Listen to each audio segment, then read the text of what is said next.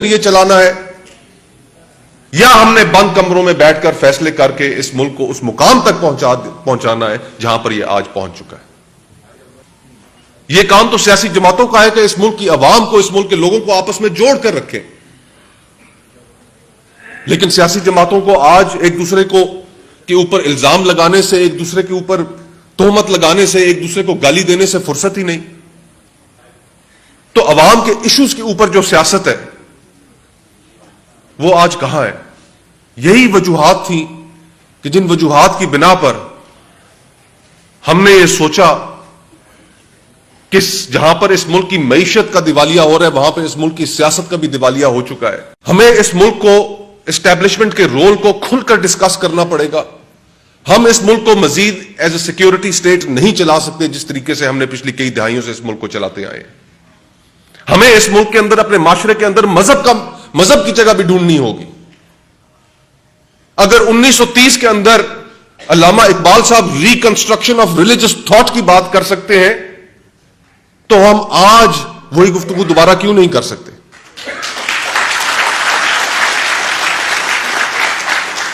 آج کے دور حاضر کا المیہ ہی ہے کہ جو آپ کے احساسات ہیں, جو گفتگو آپ چاہتے ہیں کہ آپ کے قائدین یا سیاسی رہنما کریں, انہوں نے وہ گفتگو چھوڑ دی ہے. اگر آج اس عوام کے اندر خیبر سے لے کے کراچی تک اور گوادر سے لے کے تربت اور پشین تک اگر اس ملک کے لوگ صرف ایک چیز کی, معاشرے کی سب سے بڑی پرنسپل کانٹرڈکشن کی سلوشن چاہ رہے ہیں تو وہ یہ ہے کہ ہمارے معاشرے میں, ہمارے ملک کے اندر اس پرنسپل کانٹرڈکشن کو طے کیا جائے کہ ہمارے ساتھ اس کتنی دیر سے ہم گفتگو سن رہے ہیں اور مجھے کوئی دکھ نہیں ہوا کہ جب یہاں پر ہم گفتگو کرتے ہیں کہ بھارت ترقی کر رہا ہے, مجھے کوئی دکھ نہیں ہے کہ بنگلہ دیش ترقی کر رہا ہے. چین ایک روشن مثال ہے کہ جس نے کروڑوں لوگوں کو سطح غربت سے اٹھا کر ان کی زندگی میں وہ بہتری لے کر آیا ہے. بر صغیر کے اگر باقی ملک ترقی کر رہے ہیں تو مجھے خوشی ہے ان کے لیے. دکھ اس چیز کا ہے کہ we are the people of the same stock. ایک ملک کو ہمارے ساتھ آزادی ملی, دوسرے کو ہم سے بعد میں آزادی ملی. وہ کہاں پہنچ گئے اور ہم آج کہاں کھڑے. اور ہم نے جو کاسٹ پے کی اس سفر میں, ان 75 سالوں میں جو قیمت ہم ادا کرتے آئے, ہم نے اس سے یہ طے کر لیا کہ ہم نے کچھ نہیں سیکھنا. سانحہ مشرقی پاکستان ہو گیا, کیا وہ ایک سانحہ کافی نہیں تھا کہ جب یہ ملک 2 لخت ہو گیا اس سے بڑی کوئی کاسٹ ہم پے کر سکتے تھے؟ ہم نے وہ کاسٹ پے کی, لیکن وہی قیمت ادا کرنے کے 6 سال بعد ہم نے اس ملک کے اس وقت کے مقبول ترین رہنما کو پھانسی پر لٹکا دیا.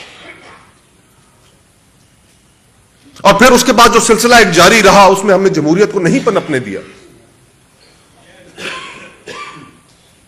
پھر اس کے بعد ہم نے جو اس ملک کے اندر تماشے دیکھے, خواجہ ہوتی صاحب نے ذکر کیا خیبر پختونخوا سے جو میرے بھائی یہاں پر موجود ہیں,